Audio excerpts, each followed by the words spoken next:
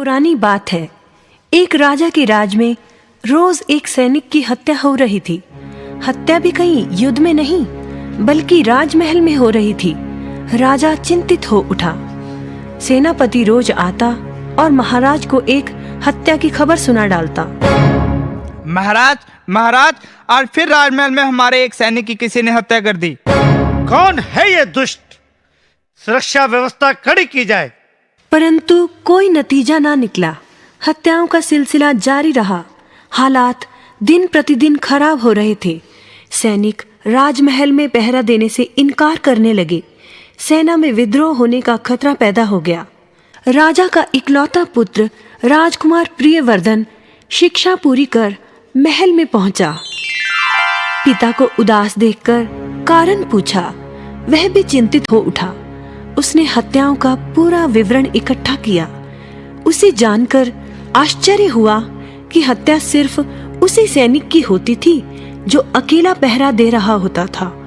इसका मतलब साफ था कि जो कोई भी हत्यारा था वो इकट्ठे सैनिकों का सामना करना नहीं चाहता था। राजकुमार ने सैनिकों को आज्ञा दी, अकेले कहीं खड़े ना हो, 5-5 सैनिक इकट्ठे पहरा दें। जो आज्ञा छोड़े महाराज। परिणाम सुखद निकला। कई दिन बीत गए, किसी सैनिक की हत्या ना हुई। सभी खुश थे। एक दिन राजकुमार ने सेनापति को बुलाया और कहा, सेनापति, लगता है हत्यारा भाग गया है। अब खास सुरक्षा व्यवस्था हटा दें। इसकी अब कोई जरूरत नहीं। राजा बोला, ऐसा करना खतरनाक है।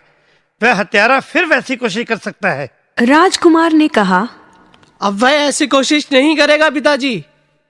क्षणिक सफलता पर गर्व करना उचित नहीं बेटे। अगर आपको यकीन नहीं तो ऐसा करें कि बुर्ज पर सिर्फ एक सैनिक को अकेले पहरा देने को कहें। राजकुमार की आज्ञा अनुसार व्यवस्था कर दी गई। सेनापति सुरक्षा व्यवस्था खुद देखने गए।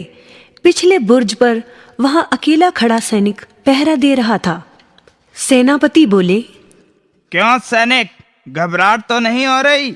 जी नहीं सेनापति जी। शाबाश। जैसे ही सेनापति पीछे मुड़ा, अचानक उसने सैनिक का मुंह दबोच लिया और उसके पेट पर भरपूर वार कर दिया। परंतु ये क्या, सेनापति तलवार छूट गई क्योंकि सैनिक ने लोहे का मजबूत कवच पहना था। इससे पहले कि उसकी समझ में कुछ आता, सैनिक ने सेनापति की गर्दन पर तलवार रख दी और मुस्कुराते हुए बोला, क्यों सेनापति जी, लगता है आपने पहचाना नहीं मुझे। राजकुमार, आप? सेनापति का चेहरा पीला पड़ गया।